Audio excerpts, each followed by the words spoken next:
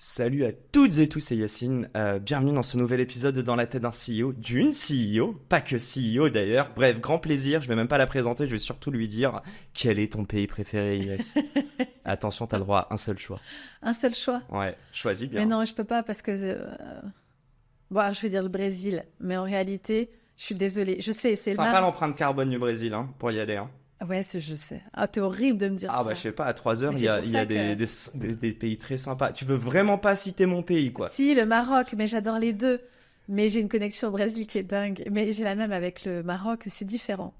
Bah il y a quand même, et c'est quoi, culture, même au Brésil, il y a une grosse culture africaine. Oui, Vers Bahia, absolument. Absolument, il y a une grosse culture africaine. L'Amazonie, j'ai un rapport à l'Amazonie qui est assez fou. Alors non, du coup, j'y vais pas aussi souvent que je voudrais, parce que je calcule mon empreinte carbone avion en fond. Enfin voilà, j'essaye de mettre des limites. je t'aurais pas lancé dessus si je savais que tu ne le faisais pas. Bah, Mais c'est est-ce- une grosse frustration pour moi, parce que c'est un pays qui me... Et puis quand j'y vais, j'essaie de rester longtemps. Je passais un mois en 2014 pendant la Coupe du Monde. Ah, c'est vrai? J'ai fait le 7. Ah, On s'est croisés? on s'est croisés, ouais, j'essaie pendant les JO. Ah ok, d'accord. Ouais. Mais non, moi Tard. c'était 2 ans après du coup, Ah toi. ouais. Ouais. Bon, qui es-tu, Inès? Oh là là. Je peux te présenter, hein, mais Vas-y, vas-y. tu veux? Bah non, écoute, non, je vais te laisser toi te présenter parce que t'as beaucoup de titres et après Même je vais moi, te je suis lancer perdue. sur. Même toi t'es Même perdu? moi, je suis perdue. J'ai scruté ton site, hein. Ah, mais mon site, tu sais que ça a été très dur de le faire. Je me disais, mais je l'ai fait avec quelqu'un qui m'a aidé et tout, c'est très drôle. Dans qui je suis, moi, je suis vraiment. Je m'amuse en réalité. J'ai pas vraiment de métier. Je crois que jusqu'à aujourd'hui, ce qui m'intéressait, c'était de faire des choses qui me plaisent. Ok. Donc, j'ai aucune stratégie, aucun parcours défini que j'ai suivi. Et Tu fais les choses à l'instant T, je tu fais dirais? les choses à l'instinct. À l'instant. Je fais les choses avec envie. Je fonctionne aussi beaucoup par amour ou par amitié.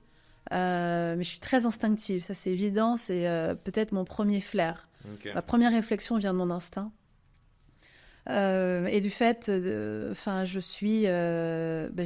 préside une ONG que j'ai fondée il y a 7 ans, qui s'appelle Digital for the Planet, qui aujourd'hui est une instance internationale Mhm. qui déploie des formats éducatifs à la jeunesse sur les enjeux du numérique, sur le plan environnemental, sociétal, cognitif. Donc c'est beaucoup de plaisir parce que c'est un vivier de savoir, de connaissances en permanence. Je rencontre plein de gens passionnants. Je travaille avec des personnalités brillantissimes. Et ça, 2017, c'est ça? c'est ça. C'est ta première structure? Non, en La réalité, première non. structure que t'as C'est la créée? première chose qui vraiment a tenu. Parce qu'en réalité, Parce que t'as dit, je parle de. Tu dis quoi? Tu dis, j'ai eu des succès, mais j'ai aussi plein d'échecs dont je parle dans mes conférences si vous voulez. ouais, c'est On vrai. va en parler, on va en Ouais, parler. ouais, non, c'est vrai. J'ai créé peut-être. Enfin, je pense que sur 10 projets, j'en ai 3 qui ont marché et pour Ok. lesquels j'ai été un peu reconnue. Mais en vérité, j'ai beaucoup plus d'échecs que de réussites. Mais c'est quelque chose mais qui me plaît Et parce qui que j'ai beaucoup forge. appris Mhm. j'ai beaucoup appris de ces échecs-là. Non, voilà, j'ai fait ça. J'ai une société aussi, j'ai Une une agence. agence dans la RSE, la communication et la culture. Donc en fait, on accompagne les entreprises à mieux communiquer et à mieux développer leur stratégie via la culture, avec un fort accent sur les enjeux de la responsabilité sociétale et environnementale. Ok. Ça a l'air comme ça très de niche, ça l'est, mais en réalité, on a des beaux budgets parce qu'on fait des missions très longues pour des gros institutionnels, hein, des entreprises du CAC 40, du SBF 120, des belles affaires familiales qui ont plusieurs siècles. Ok. Donc on a des belles maisons qui nous demandent de les accompagner. J'ai aussi parmi les plus belles maisons de luxe qui sont parmi nos clients, donc ça c'est royal. On s'amuse avec des beaux produits et on a des moyens de définir des belles stratégies, des belles actions qui prennent du temps. Donc on s'amuse beaucoup, voilà. Ok. J'ai une associée dans cette affaire. Juste là-dessus, Oui. t'as eu des mauvaises surprises? Via l'agence. Ah ouais, pas via l'agence, mais chez tes clients, typiquement, te Ah oui. rendre compte que c'est pire que ce que tu pensais. Alors, pas tant que ça, parce que en réalité, j'ai quand même maintenant une petite quinzaine d'années d'expérience Je sais à quoi ressemble l'intérieur d'une entreprise, la cuisine interne. Il y a des tâches parfois de tomates qui sont là depuis longtemps. Il y a la marmite qui n'a pas été lavée. Enfin, on sait, on a toutes et tous les mêmes cuisines quand on fait, quand on gère une entreprise. Il y a toujours des choses qui vont pas, qu'il faut nettoyer, qu'il faut rafistoler, réparer ou créer. Donc, j'ai pas trop de jugement là-dessus. Et par ailleurs, je pense que si il n'y avait pas de problème, on n'aurait pas besoin de gens comme nous. Okay. Donc, il faut surtout pas avoir de jugement pour une entreprise avec laquelle on travaille. Parce que, par définition... Tu solutionnes. Oui, voilà. Quand on juge une entreprise, en réalité, on juge aussi les gens qui y travaillent. Et c'est pas ma philosophie. Okay. Non, par contre, parfois, tu as des belles surprises sur la posture des gens. La posture managériale. Et ça, c'est intéressant parce que quand on est prestataire de service... T'es experte, non?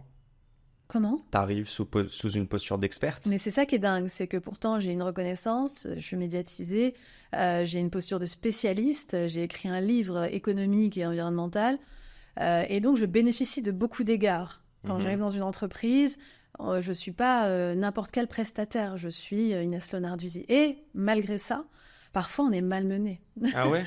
Ouais, Okay. donc, et parfois je me dis, mais comment ça se passe avec les autres? Et donc je parle beaucoup avec mes consoeurs, mes confrères dans d'autres agences, dans d'autres entreprises, et on se fait beaucoup de briefings, on s'auto-forme, on s'entraide sur des retours d'expérience et des techniques qui ont marché ou qui n'ont pas marché. Mais c'est rare, mais il y a des entreprises qui traitent pas bien leurs prestataires. Et souvent, quand on est prestataire, on est en bout de chaîne. Il y en a beaucoup. Qui traitent pas bien. Il y en a beaucoup. Et ça, c'est un vrai sujet parce qu'on est déjà ça en dit long sur la manière dont ils peuvent se comporter avec leurs salariés. Ben, j'allais dire, c'est que de l'humain. Hein, c'est que de l'humain, exactement. Et donc, quand on est en bout de chaîne, t'es un peu celle qui compte pour du beurre. Et s'il y a un problème, c'est toi le fautif. T'es à leur dispo. T'as ce sentiment-là en tant que presta? Ben, moi, j'aime bien. Je me suis positionnée sur un segment luxe, ce qui veut aussi dire que je suis pas donnée. Je pratique pas des prix exorbitants, mais je ne suis pas cher. C'est pas vrai. C'est combien de missions? Tu peux parler de chiffres ou pas? Je peux, mais là, ça n'a pas de sens parce que ça dépend le temps passé. J'allais dire, ouais, ça dure combien de temps une mission déjà? Ça peut durer 2 semaines comme 2 ans. Ah, ok, d'accord. Donc, c'est vraiment... En général, on a des missions qui font au moins 6 mois. Ok. On a quelques missions de 3 mois, de 2 mois, mais c'est rare. Nous, on va vraiment chercher des clients qui sont récurrents et qui nous prennent sur des missions longues, ce qui permet de pérenniser une entreprise, une jeune agence, où tu as besoin de salarier rapidement des gens, etc. Donc, il te faut de la récurrence. Donc, notre stratégie, c'est surtout d'aller sur des entreprises qu'on la charpente, la solidité pour nous garder longtemps. Ok. Donc, tu veux pas nous dire combien?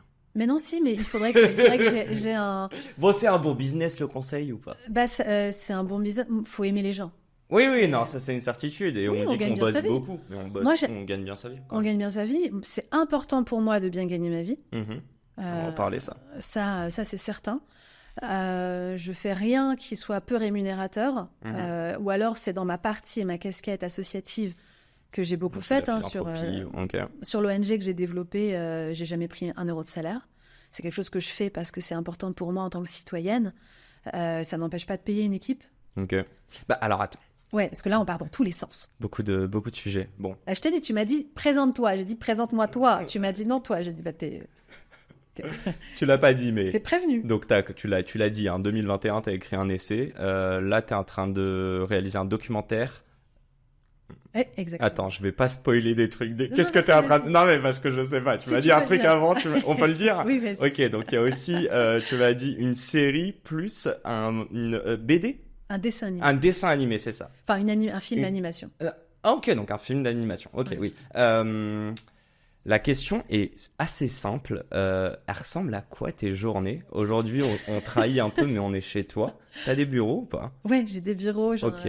Tu y es combien de temps par semaine? Bureaux. Je crois que j'y passe un peu tous les jours comme ça pour faire des réunions. Je travaille aussi chez mes clients. Ok. J'ai aussi des petites crèches dans des clubs type We Are, Soho House. Voilà, j'aime bien passer du temps là-bas. Mais après, le plus clair de mon temps, je suis chez moi. Parce que pour travailler, j'ai besoin de 2 choses, de lumière et de silence. Très bien éclairé. Et ouais, c'est bien sonorisé ici? Non, c'est un immeuble des années 70. Ah oui, donc non, pas top. Non, c'est pas fou, mais après, l'immeuble est très calme. Et puis t'as une belle dévialée derrière qui t'ambiance. J'ai une dévialée pour m'ambiancer quand je me prépare à travailler. Je confirme, je suis arrivé ce matin et il y avait du bon son. J'ai lu un truc sur ta bio. T'as dit je m'interdis de me spécialiser. Et avant ça, j'ai adoré cette phrase. Tu t'es présenté comme. Attends, je vais le retrouver. Euh, Merde. Non, je suis en train de perdre. Mais non, t'inquiète pas, tu vas le retrouver. Attends, nanana. En gros, merde, je sais plus comment le dire, ah si, voilà. Tu es une analyste sensible au monde. Ah, mais ça, c'est dans ma bio Instagram. Pardon. Ouais, et après un mix avec ton... Bon, j'ai fait mes devoirs. Je vois ça. Analyse, sensibilité. Après, on parlera du monde. Mais ces deux mots-là, ils sont archi importants. En tout cas, pour moi, j'aimerais comprendre pourquoi pour toi ils sont importants. Est-ce que tu es quelqu'un de sensible? Ah, mais je suis ultra sensible. Et c'est quoi l'analyse, en fait? Est-ce que c'est pas éprouvant d'analyser parfois? Si, bah, en fait, tu te reposes. Ton cerveau se repose jamais et tu as une espèce de posture de crabe où tu es dans une posture latérale en marge, où tu avances sur le côté pour essayer d'avoir une vision le plus large possible. Tu vois, avec les yeux du crabe qui est tout le temps en alerte. 180, ouais. Donc ça, c'est très moi. Je suis balance ascendant cancer. Alors ça, j'ai pas la ref, mais ok. Ceux qui l'ont comprendront. Dans de la personnalité, il y a quoi comme trait? Je sais pas si t'as fait des tests, des choses comme ça. Non, je suis pas hyper calée, mais en tout cas, pour rester sur l'analyse, j'ai une posture de crabe et je suis tout le temps en alerte. Mes antennes sont toujours en l'air, ce qui aussi provoque parfois une surintellectualisation de tout. J'ai une thérapeute qui est merveilleuse, qui m'a ne surintellectualisez pas tout, Inès, voilà, me dirait-elle. Et comment tu fais ça? Pour pas surintellectualiser. Comment tu dis stop à ton cerveau et à tes pensées? Je dessine. Ok. Je dessine beaucoup. J'écris, je lis. Je lis des romans, des essais. Enfin, on va pas me dire que quand tu lis, t'intellectualises pas, quoi. Non, alors ça dépend. Et je suis sûr que ce que tu lis, c'est beaucoup d'analyse en non, plus. C'est vrai. Non, alors je lis beaucoup de romans aussi, mais je me laisse emporter par les histoires. Okay. Je fais beaucoup de yoga. Bon, c'est assez cliché, mais bon, le yoga, c'est pas... Aujourd'hui, c'est vrai que c'est très à la mode, mais c'est un art millénaire qui ramène à soi. Je suis quelqu'un de très spirituel. Tu m'as ôté le mot de la bouche. Non, c'est important pour moi la spiritualité. J'ai pas de dogme. Okay. Je suis pas trop dans le tant dans le religieux que dans le spirituel, ce qui est pour moi deux choses différentes. Mais voilà, la marche pour moi est très méditative, donc je peux vraiment me balader dans Paris sans but, sans direction, me perdre. J'adore. D'ailleurs, quand je voyage, je ne peux pas faire un voyage décent, digne de ce nom, sans avoir pris 2, 3, 4 heures, 5 heures de balade sans plan. Seul. Okay. Parce qu'il faut me suivre. Famille, hein. Il faut accepter que... Oui, c'est vrai, mais il faut accepter aussi que on va se balader sans savoir ni où on va, ni qui on va rencontrer, ni à quelle heure on rentre. Et c'est quelque chose de très personnel, très intime. Donc j'ai un chéri qui se prête beaucoup à cet exercice, qui aime bien et qui me suit parfois. T'es à l'aise dans le silence? Très. Mais c'est pour ça, je vais pas parler. Je suis dans ma bulle. Et lui, il est à l'aise? Oui, et d'ailleurs, il le pratique. Et parfois, ça crée une cacophonie très marrante parce que parfois, tu sais, comme toutes les filles, non, c'est horriblement cliché ce que je viens de dire. Parfois, tu sais... Quand ça commence par comme toutes les filles... Ouais, non, mais tu vois, je trouve quand même qu'il y a un trait... en tout cas, c'est très féminin. Donc, toutes les filles ne sont certainement pas concernées. Il y a des hommes concernés aussi, mais il y a un trait... on a tous du féminin et du masculin en soi. Mais quand même, qui est de... Enfin, en tout cas, moi, je suis comme ça... je suis toujours sensible à est-ce que tu fais la tête ou pas, est-ce que tu vas bien, et j'ai fait quelque chose qui va pas. Ouais, mais c'est par rapport à lui ou la personne en face de toi, ou c'est par rapport à ce que lui te renvoie par rapport à toi? Avec l'âge, j'apprends à plus le faire avec tout le monde. Mais petite, c'était l'enfer. Jeune, n'importe qui à côté de moi était un peu enfermé dans sa bulle. Je lui demandais, j'ai dit quelque chose qu'il fallait pas. Je manquais tellement d'assurance que j'étais tout le temps aux aguets. Je perdais une énergie dingue. T'as confiance en toi aujourd'hui? Je sais pas si c'est un état permanent d'avoir confiance en soi. Okay. Je pense que les gens très prétentieux, par exemple, doutent beaucoup d'eux-mêmes. Quand moi, je vois des gens arrogants, quand le monde voit des gens arrogants, moi, je vois quelqu'un de touchant, en réalité. Je vois ce que tu veux fragile. dire. Ça cache quelque chose, quoi. Oui, voilà, les gens qui, par exemple, disent rien dans un dîner où tout le monde essaye de briller. Je me dis, putain, lui, il est bien. Lui, il n'a pas besoin, quoi. Il n'a pas besoin, donc c'est... Voilà, tout ça. Mais non, avec mon chéri, évidemment, comme je l'aime, j'ai tendance à m'inquiéter. Donc je lui dis, ça va, tu fais la tête. pas plus tard qu'hier, et il m'a regardé, il m'a dit ben non chaton, mais comme je vois que tu parles pas beaucoup, je me dis que t'es dans ta bulle, donc je veux pas te déranger, tu vois. Donc il y a un petit côté Je vais juste revenir sur la sensibilité. Oui. Elle se traduit dans quoi? Dans tout. Dans tout. Je pense à l'humain et de l'artistique, en gros. Et toi, et comment tu l'as accepté même? Et t'en as fait une force. Mais c'est gentil, je sais pas. Je fais beaucoup de choses. Je crois que j'ai accepté de pas toujours tout savoir. J'ai accepté de perdre pied parfois. De pas être dans mon meilleur état. Par exemple, actuellement, et beaucoup de personnes de ma communauté l'ont remarqué, je poste plus rien sur Instagram. Ça va revenir, et d'ailleurs, je crois que je vais faire un post sur ce sujet-là. Non pas que je m'en sente obligée, ce serait terriblement tragique de se sentir obligée d'écrire où Mais est-ce qu'on en pourtant, tu est. t'excuses quand t'es pas souvent présente sur Insta, j'ai remarqué. Ben parce que j'ai une communauté, alors peut-être que je suis pas influenceuse. Déjà, c'est important pour moi. J'ai jamais, je poste pas de produits, je suis pas du tout dans cette posture-là. Parfois, c'est même gênant parce que j'ai des marques qui m'envoient des choses Qu'en soit tu pourrais aimer, mais c'est pas du tout ton. mais que ta strat, même que quoi. parfois j'adore. Donc parfois, je poste vraiment, mais je vois bien que ma commu, c'est pas ce qu'elle attend. Mm. Mais par contre, j'ai une communauté qui est très bienveillante, qui est intelligente. Il cherche quoi, ta commu? Ma communauté, ils cherchent à s'enrichir, à comprendre, à se sentir proches.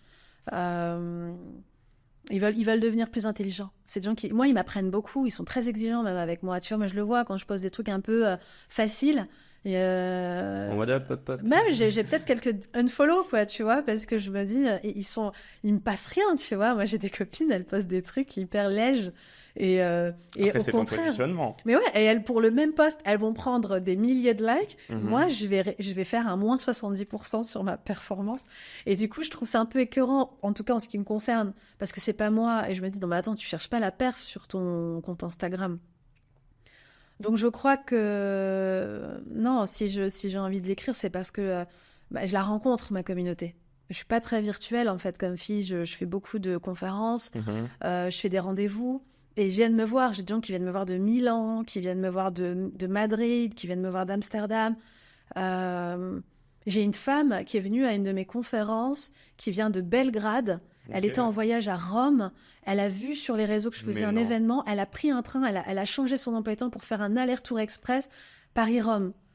Et elle m'a dit ça à la fin d'une conférence. Elle m'est tombée dans les bras émue, en pleurant et tout, et en me disant, je suis ravie de vous rencontrer. Et c'est incroyable de vivre des choses comme ça.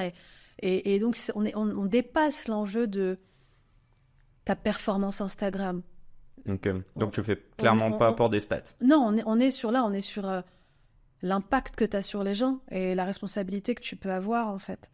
Et puis, j'aime bien l'idée aussi de dire, ben, t'existes sur les réseaux Mhm. sans avoir une logique marketing. T'as l'impression d'être authentique de ouf sur les réseaux parce que t'es pas biaisé. Je sais pas si je le suis, mais en tout cas, c'est une vraie volonté pour moi. Tu Ok. vois, si j'ai pas envie de poster pendant 2 mois ce que je suis en train de faire actuellement, c'est pas grave. Ok. Si j'ai envie de poster des baleines, si j'ai envie de poster un produit de beauté que j'ai reçu et qu'en fait j'ai trouvé vachement bien, bah on a le droit en fait d'aimer, Mhm. moi j'adore avoir une jolie peau. J'aime tout ce qui est skin routine, comme diraient d'autres personnes. Pas moi. Ma petite sœur, elle est beaucoup plus cool que moi. Ok. Elle a la vingtaine, elle est étudiante en droit et elle dit skin routine et tout. Donc elle me choure dans mes produits et je choure dans les siens. Ouais, j'essaye d'avoir ce côté authentique quoi, en disant acceptez-moi comme je suis. Et ça a toujours été mon propos d'ailleurs. C'est je vais vous proposer à la fois un contenu méga pointu sur les médecins étrangers de France, sur la faune et la flore. C'est pas que du contenu là, hein. T'as carrément. Alors, ouais. Ouais, il y a une pétition. Ah là, qui on est allé été- sur du lobbying. Ouais, c'est ça, on est On est allé sur d'accord. du plaidoyer. J'ai fait l'attaché de presse de tout le. C'est ce qui me semble. Tu sais que je t'ai découvert via les réseaux, moi. Hein. C'est Mais vrai. t'es tellement active et je voyais, on se l'est dit, hein, je sais plus comment je t'ai contacté, mais la vibe qui transparaît, qui transparaissait en tout cas de ta C'est part. gentil. Et j'imagine que si je suis là aujourd'hui, c'est que j'ai réussi à te convaincre, mais Non, t'as une énergie folle. non, mais en tout cas, moi, je l'ai vu sur les réseaux et j'étais comme putain, hyper intéressant. J'ai quand même envie Oui, bien sûr. de pousser sur un truc. Je t'en ai parlé juste avant. Tu as écrit Je m'interdis de me spécialiser. Oui, c'est vrai. Et Ouais. j'en parlais avec donc Charlie Perrault et Roxane Varza. Je pense que le podcast sera publié, qui sont journalistes et. Mais je vois très bien. Ok, Ouais. bon, bah super. Je leur ai posé la question à la fin. Moi, je suis quelqu'un qui passe du coq à l'âne. Je pense que je t'en ai parlé. J'aime bien avoir 50 projets. La question que je t'ai posée juste avant, c'était à quoi ressemblent tes journées. Je pense qu'en fait, il n'y a aucune journée qui se ressemble Ouais, non, chez vraiment. toi. Ouais. Est-ce qu'il n'y a pas un risque en fait de s'éparpiller dedans et en général, la question que je pose à donc Roxane ou Charlie, elle est plutôt focus start-up, monter un gros truc. Mais est-ce qu'on peut quand même être épanoui et avoir plein de projets sans se spécialiser du coup? Mais je crois pas je crois en l'impermanence. Ok.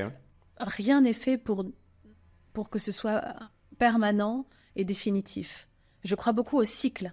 Sinon, on Ok. serait dans des dynamiques linéaires. Euh, Moi, je crois qu'il y a des étapes de ta vie où tu vas toucher à tout. Et si c'est quelque chose de viscéral en toi, c'est que tu en as besoin. Mhm. Moi, ça a été mon cas.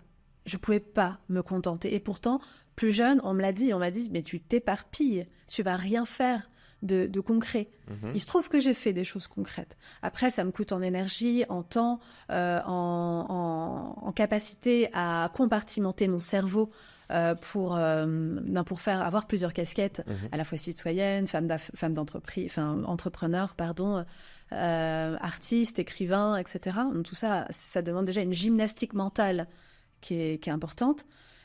Par exemple, là, je suis en train de changer de peau, en fait. Hein, En live pendant qu'on est en train de parler là ou... Ouais, en live, non, non, mais depuis quelques temps, c'est aussi pour ça peut-être que je poste moins. Je suis Ok. en train de me poser des vraies questions et c'est aussi ça que je dois aux personnes qui t'écoutent ou qui te lisent. C'est des personnes, pardon, je suis désolée, je me gratte j'ai Oh, un bah, cheveu vas-y, je t'en prie. Ouais, mais C'est le Nutella que t'as sur rassure-moi, tu coupes un peu les trucs comme ça. Je peux couper, je peux ne pas couper. Non mais attends, rien ne sortira sans ton C'est accord. gentil. Mais je peux quand même dire en off, après on verra sur le garde, mais que tu as une belle tache de naissance Bah ouais, qu'on a essayé d'enlever avec sa propre bave, c'est tu ça? peux me poser la question, je répondrai. Non, mais, revenons Oui, attends, à pardon, ce mais qu'on je disait. disais un truc important. Enfin, pardon. T'es en train justement, tu dis ouais là je suis en train de me mettre, mais c'est super, t'es en train d'amener une autre question que je vais te poser après. T'es en train de Alors te voilà, et mettre donc dans le pour terminer. costume ou dans la Donc peau voilà, moi de quelqu'un. Ouais. Enfin d'une de tes casquettes. Ok. Donc là, par exemple, actuellement, je pense que je suis en train de passer à une autre étape de ma vie. C'est vraiment comme si on parle sur le plan très naturel, je dirais que je change de peau. C'est que je cherche plutôt à m'ancrer durablement dans quelque chose. Je suis plus dans une étape où j'ai envie d'être partout en même temps. Ok. J'aimerais reconsolider autour de une ou deux activités, ce qui est déjà pour moi Qui serait quoi du coup? très. Je pense que j'ai envie de continuer à accompagner les entreprises et à écrire. Mais pourtant, tu es en train de bosser sur un documentaire, une série. Mais c'est de l'écriture tout ça. Ah oui, ok. Ok, donc tu englobes ça dedans. Ok, Ouais, en ouais, fait, il y a un ouais. côté très artistique, il y a un côté Oui, voilà. très humain slash business. Oui, voilà, tout à fait. Slash business, parce que d'abord, j'adore ça, j'adore ce que je fais, j'aime travailler avec mes clients. C'est toujours une source Enfin, c'est challengeant au quotidien. Tu te rends compte, je suis consultante. Ça veut dire qu'on vient me voir pour avoir des réponses. Mhm. Il y a une posture qui doit être à la fois... ça va? Ouais, ouais, non, très bien. Je regarde ce qui se passe autour, hein. Je check mon matos, Ah, d'accord. t'inquiète. Non, il y a une posture qui doit être une posture d'humilité, à la fois de connaissance et d'exactitude.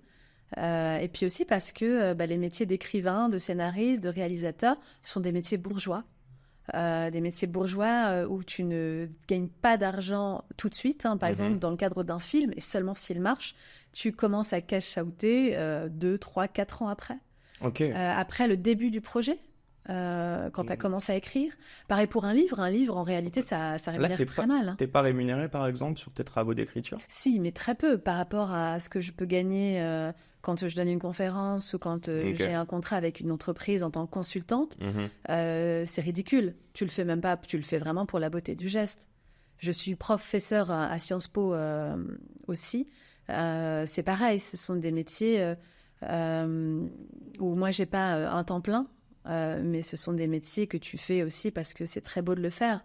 Mais est-ce que c'est pas je veux t'embêter en fait dans tout ça, est-ce qu'il n'y a pas de l'égoïsme? Et je m'explique, est-ce que aller rencontrer des étudiants à Sciences Po aussi bien que faire une série, enfin mince, un film animé, ouais c'est ça, et aussi une série je crois, Ouais. ouais, plein de choses, et un bouquin, enfin bref, est-ce que c'est pas vertueux? Est-ce que tout ne sert pas et enrichit la réflexion là-dessus? Et je vais aller plus loin, te motive à aller faire d'autres choses. Tu vois ce que je veux Bah, dire ou pas? absolument, tu as complètement raison. Alors, je sais pas si c'est de l'égoïsme, mais en tout cas, tout ça est... L'égoïsme noble.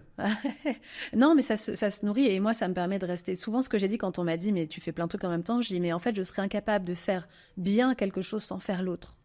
Parce que je trouve de la ressource dans un sujet et que je recycle dans un autre. Donc, tu le dis très bien, mais je suis complètement dans cette démarche-là. C'est que, par exemple, mes étudiants à Sciences Po me challengent énormément. Ils sont brillants. Tu stresses un peu avant un cours? Si c'est un sujet que... Je stresse pas, mais j'y vais jamais en terrain conquis. Et c'est Ouais. pareil pour mes conférences. Ok. Mes conférences, je crois que j'ai donné peut-être en 10 ans, j'ai dû donner plus de 500 conférences, ce qui est énorme, et dans le monde entier, dans des langues différentes. Donc, et mes sujets, je les connais. Donc, à un moment donné, quand même, je fais partie maintenant du paysage expert, senior, des conférenciers français. Mais j'ai toujours une appréhension en arrivant. Je relis toujours mes notes. J'ai besoin qu'on me laisse dans ma bulle quand j'arrive pour me mettre dans mon bain. Et puis, quand j'arrive sur scène ou quand j'arrive devant ma classe, j'enfile mon costume de personne qui transmet, qui doit être aussi à l'écoute. Et Alors, puis, je t'embête. Mais Non, dis-moi. vas-y, finis. Vas-y. non, et puis je laisse apparaître cette sensibilité dont tu parlais tout à l'heure, c'est que je suis pas à l'abri d'un blanc. Je suis pas à l'abri de dire une bêtise, je suis pas à l'abri de confondre une date. Ça m'arrive rarement, mais ça peut. Et donc, je crois qu'il est important de jamais arriver en terrain conquis, justement, avec cette espèce de tête de Madame je sais tout, et cette attitude un peu arrogante qu'on peut voir parfois, qu'on peut avoir quand on démarre. Donc, c'est peut-être un conseil à celles et ceux qui voudraient aller dans ces univers-là. Très important d'arriver en montrant, voilà, bonjour, avec peut-être presque, c'est palpable la vulnérabilité. Donc les gens se disent, oulala, est-ce qu'elle est sûre d'elle? Et par contre, là, t'envoies du pâté. Là, t'arrives avec tes données, ton bagou, ton humour. Moi, je crois qu'il faut toujours mettre de l'humour dans ce que tu dis. Il y a 3 choses qui doivent transparaître quand tu transmets. Il y a à la fois l'énergie. Faut que tu fasses rire les gens à un moment donné, ou les faire sourire au minimum. Et il y a... Donc l'émotion. je dirais oui, l'émotion, et on pourrait le traduire aussi par un mot très anglais qui est fatigant, mais bon, qui traduit bien, c'est l'empowerment. Ok. Les gens doivent se sentir capables, pousser des ailes, avoir envie de faire des choses après. C'est pas Louise Transmettre Aubry quelque chose, hein. qui te contredira, je crois. Ah non, je pense qu'elle est en plein dedans. Bah non, mais elle a son podcast In Power. c'est pour ça Mais aussi. voilà, tout à fait, voilà. Mais elle a bien fait, c'est un mot que tout le monde comprend et je crois qu'il est un mot très important. Et le troisième, c'est l'education, donc le knowledge, la connaissance, la capacité à transmettre des faits, des chiffres exacts, d'apporter du contenu sourcé. Tu peux pas juste arriver avec ton bagou, des idées comme ça à la volée, l'intuition du moment. Il faut quand même, et ça c'est très... c'est très, je dirais, académique. Hein. On est vraiment sur sache de quoi tu parles. T'étais forte à l'école? Comment? T'étais forte à l'école? À l'école, c'est compliqué. J'étais bonne élève, mais j'étais pas une élève modèle. Ok. Je pense que j'étais dans un système éducatif qui n'était pas le bon pour moi. Tu te sens marginale de la société? J'ai toujours été marginale. Et j'avais pas d'amis à l'école. J'étais tout le temps toute seule.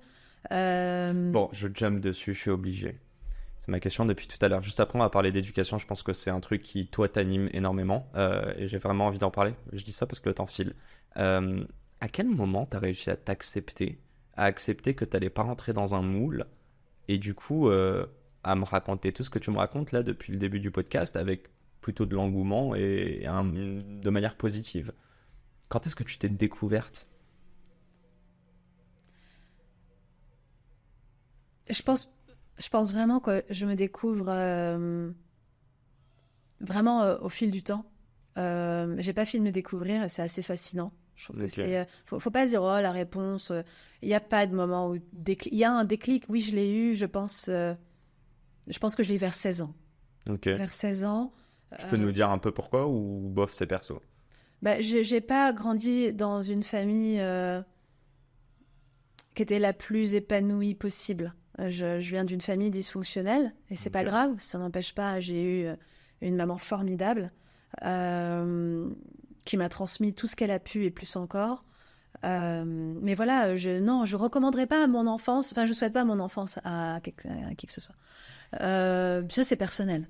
Et alors à 16 ans, est-ce que tu serais capable de voir qu'est-ce qui toi t'a permis en tout cas de prendre conscience de ça déjà, de te dire que c'est pas une finalité, mais aussi que les événements t'ont forgé. Tu rentres peut-être pas dans le moule de la société, mais tu peux faire des belles choses. J'ai lu des livres. Les livres pour moi, tu vois chez moi, hein, si demain la maison prend feu, je sauve mes livres après mon fils et mon J'allais chéri. le dire quand même. Mais après eux, la première chose que je sauve, c'est mes livres. Okay. Parce qu'ils ont une valeur émotionnelle pour moi extrêmement puissante.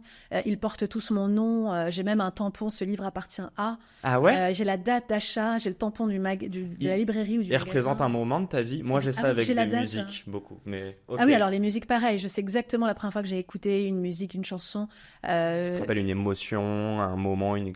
Et d'ailleurs, j'ai une playlist, moi, qui tourne depuis 20 ans. C'est la même. Et ça va du Tchaïkovski en passant par les Red Hot, Britney Spears, C'est Few. Fauve, donc voilà, on va vraiment Maria Carré, j'ai vraiment un truc. On est large. Alain Souchon, le crabe, là. Bachung. Non, mais voilà, on est vraiment sur toutes les musiques en réalité qui ont. Pareil, chez moi, il y a que des objets qui ont une histoire, ou en tout cas la majorité d'entre eux. Donc je peux te raconter qui se cache derrière chaque objet et quelle histoire. L'environnement est riche en émotions pour toi. C'est très important. Ici, je veux dire, oui, particulièrement. Absolument. Okay. Donc voilà, mais pour revenir à ta question sur le déclic, je lisais énormément et les livres m'ont fait prendre conscience que d'autres possibles existaient. Donc je pouvais, en fait, jusqu'à 16 ans, moi je pensais que c'était ça ma vie. C'est pas fou. T'as fait quoi à 16 ans qui dénotait pour toi ? Il y a un truc, une mise en action qui a fait que tu t'es dit, attends, c'est le petit test. Non, c'est pas. En fait, je savais déjà que j'étais marginale. Je voyais bien que j'étais en marge. J'avais pas les codes. J'avais pas de copine ni de copain. J'étais tout le temps toute seule avec mes livres depuis toute petite. J'ai su lire très tôt en maternelle et j'écrivais des nouvelles et des poèmes au CP. Donc c'était. C'est ouf. Non, je sais pas si c'est ouf. Il y a plein d'enfants comme ça. En fait, c'est ça le problème, c'est qu'il y a plein d'enfants mais par contre, j'étais la weirdo en fait et j'arrivais toujours avec un look. Et le pire, c'est que je mourais de timidité. J'étais complètement inapte. Moi, par exemple, les groupes d'amis comme ça qui se retrouvaient en rond dans la cour, c'était fascinant. Et dès que quelqu'un venait me parler, je ne savais pas du tout quoi dire. Donc, et d'ailleurs, parfois, je me retrouve dans des soirées réseau un peu mondaines. Je redeviens... Je pense qu'on reste l'enfant qu'on a été. Et même si je sais très bien donner le champ, je te le disais tout à l'heure en conférence, j'arrive et je suis sur scène, j'habite la scène... Et c'est pas je vais faire rire, je peux faire rire 400 personnes. Stand-up un peu ou pas ? Alors, c'est pas encore. T'inquiète, on va rencontrer Gad ensemble. Non mais choper des petits corps particuliers. Je travaille avec un grand acteur et stand-upper. Autour d'un one-woman show. Mais je ne sais pas encore si ça va sortir. J'allais dire de son nom. Non, tu veux pas le dire encore. C'est quelqu'un, oui, qui est clairement, top of mind, comme on dirait, qui est quelqu'un de très connu et qui a créé du contenu qui est devenu. Pardon, excuse-moi, je bug. Une référence. Oui, voilà, il a créé des références françaises. Okay. On s'est rencontrés, on a un sujet qu'on aime beaucoup ensemble. Et moi, je pensais que ça s'adapterait bien à un seul sur scène. Et on réfléchit ensemble. Mais... Seul en scène. J'ai dit quoi, un seul ? Seul sur scène. D'accord. Donc... Je crois que j'ai le jargon. Il en fait 6 mois de cours, je peux dire. Mais tu vas tellement me donner le nom en off après. Mais c'est pas sûr, c'est pas sûr. Non, ça, en vrai, on peut le retirer. Bon, tu me diras, okay. Sinon c'est un petit teaser. J'ai une question. Bon, déjà, il est 55, on termine à pile ou à 2-3 ? Non, on termine à 5, parce que sinon, on va pas... You speak English? Yes. Okay. Favorite artist of all time, Kendrick Lamar said, "Celebrate new life when it comes back around. The purpose is in the lesson we are learning now. Sacrifice personal gain over everything just to see the next generations better than ours."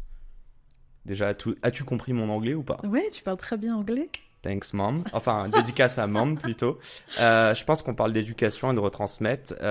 Just to make sure the next generation is better than ours. J'aimerais comprendre, toi, c'est à quel moment que tu t'es dit Et encore une fois, je veux le marteler, il y a de l'égoïsme dedans. C'est-à-dire que tu Oui, prends oui. de la valeur en te disant je retransmets. À quel moment tu as eu cette envie de retransmettre à des gens alors que ces mêmes gens ne t'ont pas entouré ou ne t'ont peut-être pas accepté quand tu étais plus jeune? Ah, j'ai pas cette... Tu fais pas ce parallèle? Non, pas du tout. En fait, déjà, j'en veux à personne. J'ai pas de revanche à prendre. Au contraire, ça nourrit une énergie de faire différemment. Déjà, j'ai beaucoup de gens qui sont revenus de la petite enfance. Ah ouais? Ouais, qui m'ont écrit, qui m'ont parfois présenté des excuses. Moi, j'ai été bully, hein, donc j'ai vraiment été harcelée. J'ai été parfois agressée physiquement. Et j'ai une des personnes qui était à l'origine de ça qui m'a écrit en me disant il n'y a pas une journée que je pense pas à toi. Mes enfants aujourd'hui sont à l'école. Mon fils s'est fait harceler. Je ne peux que te revoir. Je me rappelle les horreurs qu'on te faisait subir. Et je voulais te demander pardon. Et Tu évidemment, ressens quoi quand on me dit ça? bah, c'est bouleversant parce que déjà, euh, il y a plein de gens qui ont été malmenés et qui ne recevront jamais d'excuses. Et ça, Parce qu'il faut du courage pour faire des et excuses voilà, aussi. il faut du courage, il faut avoir la capacité de remise en question, d'accepter qu'on n'est pas parfait, qu'on a fait des choses qui parfois seront jamais réparables. Il se trouve que dans mon cas, ça l'était. Parce que j'ai trouvé du ressort et du ciment ailleurs, hein. J'ai trouvé les arts, en fait. Moi, les arts, ça m'a comblé. Parenthèse là-dessus, enfin, parlons d'art. Je sais pas mettre de mots dessus, mais est-ce que c'est pas plus puissant que même un talk? Quand je dis l'art, ça peut être un bouquin, ça peut être de la musique. Est-ce que à travers un truc caché, on n'arrive pas à mieux retransmettre des messages? Non, mais moi, je crois que l'art nous rend plus intelligents. Et d'ailleurs, aujourd'hui, la littérature scientifique le valide et le prouve. Ok. On sait on déploie son empathie au contact d'œuvres d'art, par exemple. Donc l'émotion. La musique est un vecteur de sentiments, de ressentis intérieurs fou qui met en lumière des ombres en soi et donc des découvertes à son sujet qui nous permet d'être un meilleur être humain avec la société. Moi, je me méfie beaucoup des gens qui n'ont pas de livres chez eux. Des gens qui Je vais me faire l'avocat du diable, hein. je sais ce que tu vas me dire, De quoi? Qu'est-ce que je vais mais dire? tu vas me dire que c'est aussi un sujet de posture sociale. Pas forcément, mais ce que je veux dire, c'est que moi, mes parents plus jeunes ont voulu me payer pour que je lise. Quand je te dis me payer, c'est que je suis arrivé en CE1, j'arrivais pas à bien lire, Ok, tu vois. d'accord. Et je suis plutôt bon en cours, hein. Enfin, j'ai toujours été bon parce que bah, ils sont académiques, mes parents. Depuis tout petit, j'ai développé ce truc de me dire je ne veux pas lire. Et en fait, sans m'en rendre compte, j'ai développé plein de manières de me cultiver Mais c'est merveilleux. sans lire. Ouais, mais aujourd'hui, j'ai ce blocage qui me dit que, alors que je lis énormément, mais pour le taf, tu vois, Ouais. mais j'ai pas ce réflexe. Et ça m'emmerde. J'ai une passion pour le cinéma, mais en fait, je l'ai comblé, tu vois ce que Mais je veux c'est dire? très bien. Mais en fait, mais c'est bon. Déjà, moi, je viens d'une famille où mes parents lisaient pas. C'était des gens intelligents. C'est drôle, on fait les choses. Moi, c'était un trauma, en fait. Ok. Il n'y avait pas de livre à la maison. Donc, heureusement, par contre, ma mère m'en achetait et elle a bien vu que c'était quelque chose d'important pour moi. Donc, j'avais zéro sujet, il y avait zéro question sur le fait d'acheter des livres. Ok. Mais j'ai jamais vu mes parents lire un livre. C'était des commerçants, des gens très courageux qui se levaient tôt, qui rentraient tard. Mais c'était pas un sujet. La culture, nous, c'était l'écran plat du salon. On regardait la Starac, la Nouvelle Star, et c'était ça la culture. Et c'est génial. Et c'est des origines sociales, intellectuelles, moi qui me sont chères. Maintenant, par rapport à ce que tu dis, quand je dis je me méfie des gens qui n'ont pas de livre chez eux, il faut le prendre avec beaucoup de recul, cette phrase. Ça ne veut pas dire que j'en fais des gens méchants et que j'ai peur d'eux, mais ça veut simplement dire que forcément ça induit. Quand je dis pas de livre, ça peut être pas d'aller jamais au cinéma, d'aller jamais voir des expos. Ceux qui n'ont pas d'intérêt pour de la culture. Pour la en culture gros. en général, le livre cache la Bien culture, sûr, dans même mon les expression. voyages, Absolument, quelqu'un qui a jamais voyagé, je juge pas parce que je ne connais pas son histoire.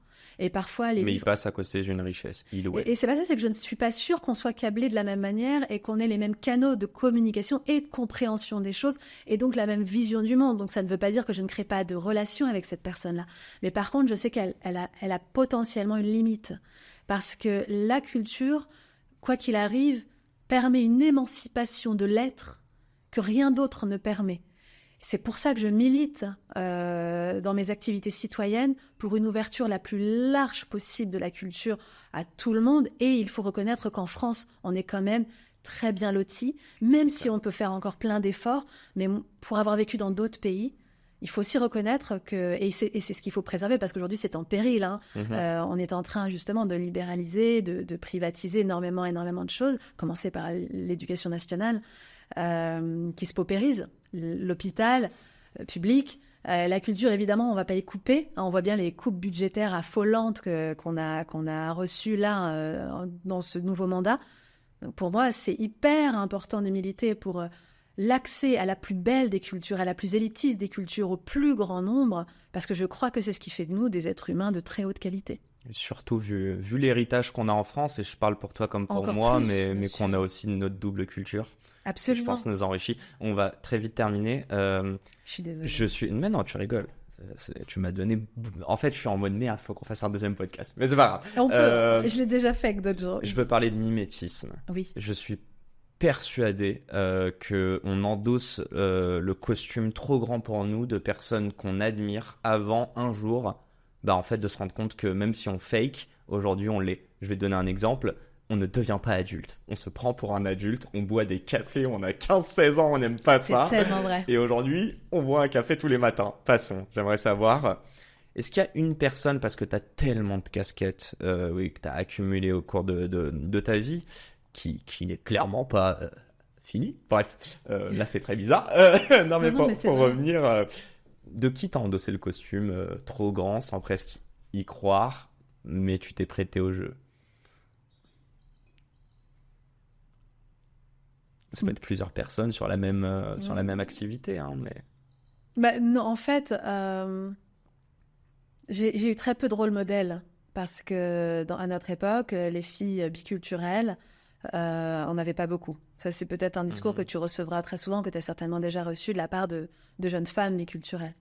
Non, moi, c'était les filles, les femmes d'affaires en tailleur dans les téléfilms à la télé. Okay. Moi, je veux faire ça plus tard. Tu vois, je veux avoir ce niveau de confiance, ce niveau de pouvoir dans le sens, mes décisions impactent mon environnement autour de moi. J'adorais... tu sais, c'était Dr. Queen, femme médecin. Okay. Je la trouvais incroyable. Il y avait Ali McBeal. J'adorais Ali McBeal, mais encore une fois, tu vois, on est loin de mes représentations physiques à moi. Donc, est-ce que j'y avais le droit? C'était la grande question. Après, il y a eu plus tard, quand j'étais au lycée, Gisèle Halimi, Simone Veil. Donc, Gisèle Halimi, je vois pas. Gisèle Halimi, ouais. C'est une grande avocate des droits de l'homme qui est juive tunisienne, qui a notamment défendu des femmes et leurs droits, et qui est une des figures françaises féministes, je dirais, les plus sublimes. C'est une femme, moi, qui me touche. Je pourrais avoir un portrait d'elle chez moi. Elle est activiste, tu dirais? Ah oui, clairement. Parce que toi, t'es pas activiste. Non, je suis pas activiste. Tu as dit que t'étais militante, ouais. Pas activiste. Non, je pense que activiste, c'est les gens qui grimpent dans les arbres, qui font la grève de la faim. C'est les gens qui passent leur temps à aller manifester et qui prennent leur week-end pour le faire. Activistes, c'est ceux qui vont bloquer des routes, c'est ceux qui vont protéger les zones à défendre. C'est des gens qui mettent leur corps au service des causes. Moi, je mets mes humbles neurones et puis j'essaye de réfléchir et d'aller agir dans les géographies décisionnelles. Et je le fais humblement, on est beaucoup à le faire comme ça. C'est ce que j'appelle être militante, engagée, mais l'activisme, c'est par ailleurs, je crois, un job à plein temps. Ce n'est pas un job à plein temps, je l'ai dit, j'ai aussi une activité économique, c'est important pour moi d'avoir un salaire décent. J'ai pas fait le choix de faire ça comme ça. Mais donc voilà. Et donc par contre, je crois que Gisèle Halimi l'était à travers son métier. C'est elle elle a fait énormément pour le droit à l'avortement. Et toi, tu as pu t'identifier à une personne énormément. Forte et j'aurais voulu. Je crois que j'ai voulu être magistrate très longtemps. Je crois que c'était grâce à Gisèle Halimi. Il y a aussi Assia Djebar, qui est une grande féministe, écrivaine, femme de lettres, multiprimée, algérienne, francophone, mais qui n'est pas étudiée en France, ce qui est un drame absolu. Voilà, on découvre des profils comme Simone de Beauvoir, évidemment, Louise Michel, et puis plein d'autres anglo-saxonnes ou américaines. Et ensuite, pour terminer, aujourd'hui, j'ai des profils j'ai la chance d'avoir des exemples autour de moi, de connaître des personnalités qui se démarquent. Elles peuvent être chefs d'entreprise, mais aussi des hommes. Tu vois, je pense à Kamel Daoud. Ok. Kamel Daoud, qui est un écrivain algérien, brillantissime. J'ai eu la chance d'aller à ses masterclass et de le rencontrer. J'ai rarement été aussi époustouflée par l'intelligence de quelqu'un. On va encore utiliser ton intelligence 30 secondes et tes neurones. Je t'interromps, mais c'est voulu. Non, je t'en C'est prie. la fin. Oui. Je te pose cette dernière question qui en fait est divisée en 3, qui s'appelle les questions du tac au tac. Ok. T'es prête? Vas-y. Sur une échelle de 1 à 10, à quel point tu es heureuse? Je dirais 8. Sur une échelle de 1 à 10, à quel point tu es riche? Je dirais 6,5. Sur une échelle de 1 à 10, à quel point, alors je vais dire ton job, mais tes jobs ou tes Ouais. casquettes t'apportent du sens au quotidien? Mais je dirais 7. Sur une échelle de 1 à 10, à quel point tes jobs et ces casquettes te demandent de l'effort au quotidien? Je dirais 11. Ok, et en général, je demande un petit peu si t'étais pas entrepreneur, qu'est-ce que tu ferais? Mais enfin, tu peux piocher dans les 5 autres casquettes que t'as. Donc, je vais te poser une dernière question qui est un peu Ouais. bizarre, mais est-ce qu'aujourd'hui, t'as encore des choses à prouver? Et si oui, à qui? Moi, je dirais que oui, non, c'est une très bonne question. Oui, j'ai encore des choses à prouver à moi-même. À toi-même? Ouais. Et c'est quoi ce truc que t'as encore envie de te prouver? Oh, là, on a besoin d'une demi-heure, mais Ok. on l'a pas. Mais Tu doutes encore sur tes capacités, sur certaines choses que t'as envie de valider bien plus sûr, tard? Mhm. bien sûr, j'ai envie de valider des capacités, des compétences. J'ai une soif en ce moment qui s'est démultipliée alors qu'elle est tout le temps là d'apprendre. En ce moment, je passe des certifications, tu sais, dans des universités en ligne. Donc, je passe mes soirées, mes Les week-ends. MOOC. Ouais, je fais plein de MOOC, je passe des certificats. J'adore ça. Je lis des bouquins très spécialisés et j'apprends plein de choses. Donc, je suis une vraie boulimique du savoir. Et puis non, sur le plan existentiel et humain, j'ai encore des choses à me prouver. Je n'ai pas fini de me prouver que je suis une belle personne. Moi, les gens qui pensent... T'en doutes encore? Mais je pense que c'est, encore une fois, c'est comme, on en a parlé au début, la confiance en soi, c'est pas un état fini. Moi, je pense qu'on peut être très inspirant un jour et un gros con le lendemain. Je pense qu'on peut être très confiant un jour et complètement démoralisé et plus se sentir capable de rien. Moi, ça m'arrive tout le temps. Moi, je suis une chaîne de montagnes russes, enfin, comme dirait l'autre. Chaque jour, je ne sais Il faut pas comment. s'accrocher. Ouais, je ne sais pas du tout comment je vais être cueillie le lendemain. C'est pour ça que j'ai beaucoup d'humilité vis-à-vis de l'avenir. Je ne prends rien pour acquis et surtout, j'apprends à vivre dans le présent. Mais tu dors sereinement? Ouais, ça va plutôt. Ouais, j'ai un bon sommeil. Bon, un grand merci Inès. Merci à toi, Yacine. S'il y a bien un truc sur lequel je dois m'améliorer, c'est le timekeeper. Mais Ouais, c'est non, pas mais- grave. Non, non, ça c'est de moi. Moi aussi, j'ai des choses à me prouver à moi-même. Un grand merci, un grand merde à tous ceux qui nous écoutent. J'espère que ces minutes vous auront donné un boost de confiance. Et please, si vous voulez réentendre Inès, dites-le moi. On va la bombarder de messages sur les réseaux. Et on fera un deuxième podcast. Un grand merci Inès. Merci à toi, Yacine. Belle journée. Ciao, ciao.